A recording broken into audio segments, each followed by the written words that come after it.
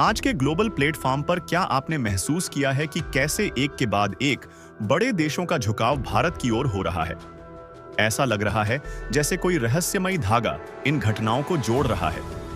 अब हाल ही में पीएम मोदी ने ब्रिक्स 2024 का समिट अटेंड किया और यह समिट भारत के लिए काफी सफल साबित हुआ। खासकर चीन के साथ कुछ सकारात्मक वार्ताएं हुई।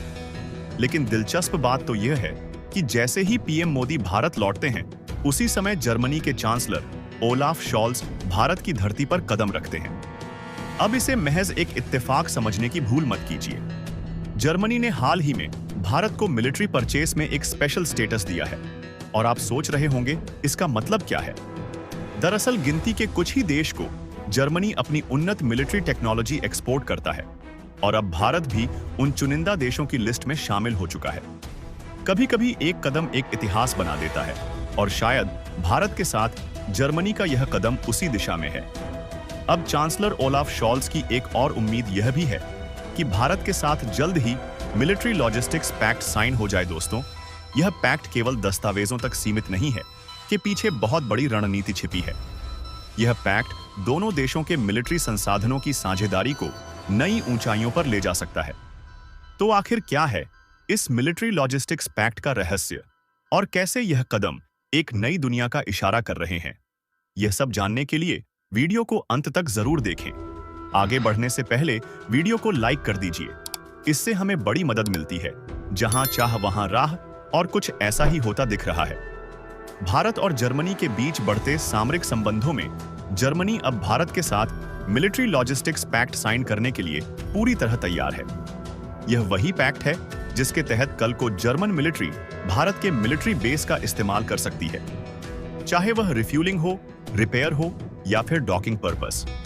अब अगर आपको लेमोआ एग्रीमेंट याद हो, तो भारत ने इस तरह का logistics pact USA, Australia, Japan, France, Singapore और साउथ कोरिया के साथ पहले ही साइन कर रखा है।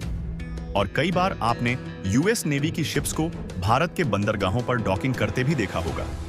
ठीक इसी तरह जर्मनी भी चाहता है कि इंडो पैसिफिक में अपनी उपस्थिति दर्ज कराए और इसके लिए भारत के साथ यह पैक्ट साइन करना उसके लिए बहुत ही महत्वपूर्ण है।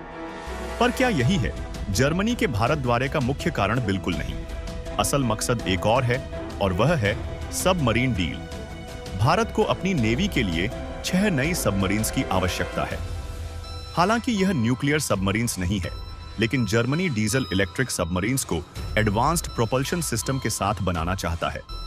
इस डील के तहत जर्मनी चाहता है कि भारत का प्रोजेक्ट 75I, जिसकी लागत करीब $5.8 बिलियन है, उसे मिले। यह प्रोजेक्ट भारत के लिए सामरिक दृष्टि से बहुत महत्वपूर्ण है और जर्मनी इस मौके को किसी भी हालत में गंवाना नहीं चाहता। दिलचस्प बात यह है कि इस प्रोजेक्ट के लिए जर्मनी के अलावा स्पेन भी दावेदार है। बाजार में जब दो शक्तियां टकराती हैं, तो असली विजेता उस पथ को चुनता है जो उसे सबसे दूर तक ले जाए। और देखना दिलचस्प होगा कि आने वाले कुछ सालों में भारत इस प्रोजेक्ट को किस देश को सौंप है। जब आप दूर का सोचते हैं, तो राहें खुद ब खुदा में की उम्मीद कर रहा है।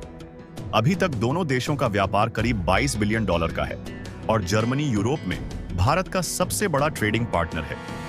जर्मनी की कंपनियों का मानना है कि अगर भारत अपने बाजार को और खुला करें, तो यह व्यापार आसानी से 40 से 50 बिलियन डॉलर तक पहुंच सकता है। लेकिन जैसा कि कहा जाता है, हर मौके के साथ कुछ चुनौतियां भी आती हैं।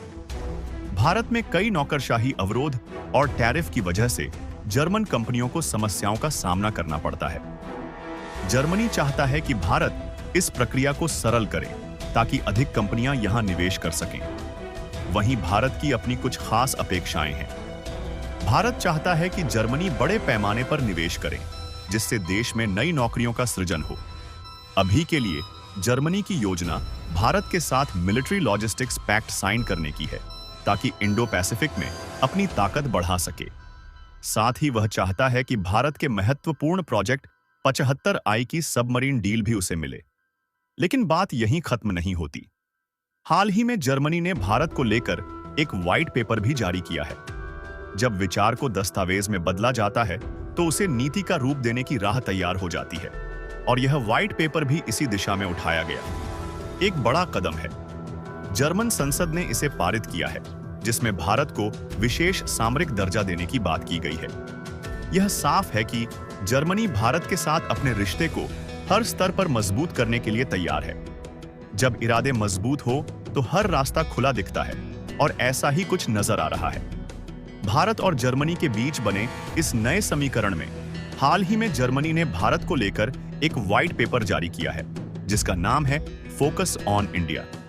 यह पेपर जर्मनी की सरकारी वेबसाइट पर उपलब्ध है और इसमें स्पष्ट रूप से कहा गया है कि अब से भारत इंडो पैसिफिक क्षेत्र में जर्मनी की प्राथमिकताओं में से एक है। यह कदम बताता है कि जर्मनी भारत के साथ अपनी सुरक्षा और रक्षा नीति को और भी गहराई से जोड़ने की योजना बना रहा है।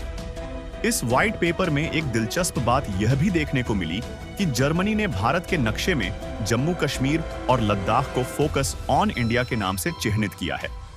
यह एक संकेत है कि जर्मनी भारत की संप्रभुता और अखंडता के प्रति अपना समर्थन दिखा रहा है। जब आप किसी के साथ खड़े होते हैं तो हर बात का एक संदेश होता है और जर्मनी की यह पहल साफ तौर पर भारत के प्रति उसकी निष्ठा का प्रदर्शन कर रही है। अब बात करते हैं इस व्हाइट पेपर की मुख्य योजना की। जर्मनी की योजना है कि वह रूस की जगह भारत को अपने डिफेंस पार्टनर के रूप में स्थापित करे। आज भी भारत के 60 से 65% मिलिट्री हार्डवेयर रूसी हैं और जर्मनी चाहता है कि आने वाले दशकों में भारतीय डिफेंस सेक्टर में जर्मन कंपनियों का दबदबा हो। बदलाव वही होता है जो अपने साथ नई दिशाएं लेकर आता है और जर्मनी का यह कदम रूस की परंपरागत भूमिका को चुनौती देने की दिशा में उठाया गया।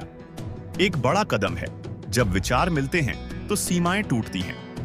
यही सोच लेकर जर्मनी भारत के साथ अपने संबंधों में एक नया अध्याय जोड़ने जा रहा है। जर्मनी ने हाल ही में ने फोकस ऑन इंडिया नामक एक व्हाइट पेपर जारी किया है, जिसमें भारत के साथ संबंधों को गहराई देने की प्रतिबद्धता दिखाई गई है। इस पेपर का एक महत्वपूर्ण पहलू है सिविल सोसाइटी एंगेजमेंट, यानी जर्मनी और भारत की सिविल सोसाइटी के बीच सीधा संपर्क। वे मानते हैं कि सामाजिक और बौद्धिक स्तर पर संवाद बढ़ाने से दोनों देशों के बीच समझ और सहयोग को नई मजबूती मिलेगी। जर्मनी की योजना भारत के युवा के साथ भी सीधे संबंध स्थापित करने की है। वे भारत और जर्मनी के युवाओं के बीच एक्सचेंज प्रोग्राम्स को बढ़ावा देना चाहते हैं ताकि दोनों देशों के युवा एक दूसरे की संस्कृति, सोच और तकनीकी कौशल को समझ सके। इससे दोनों देशों की नई पीढ़ी के बीच न सिर्फ संवाद बनेगा बल्कि एक स्थायी दोस्ती की नींव रखी जाएगी। इस मुद्दे पर आपकी क्या राय है? अपनी प्रतिक्रिया कमेंट में जरूर दें। साथ ही इस वीडियो को लाइक करें, चैनल को सब्सक्राइब कर लीजिए।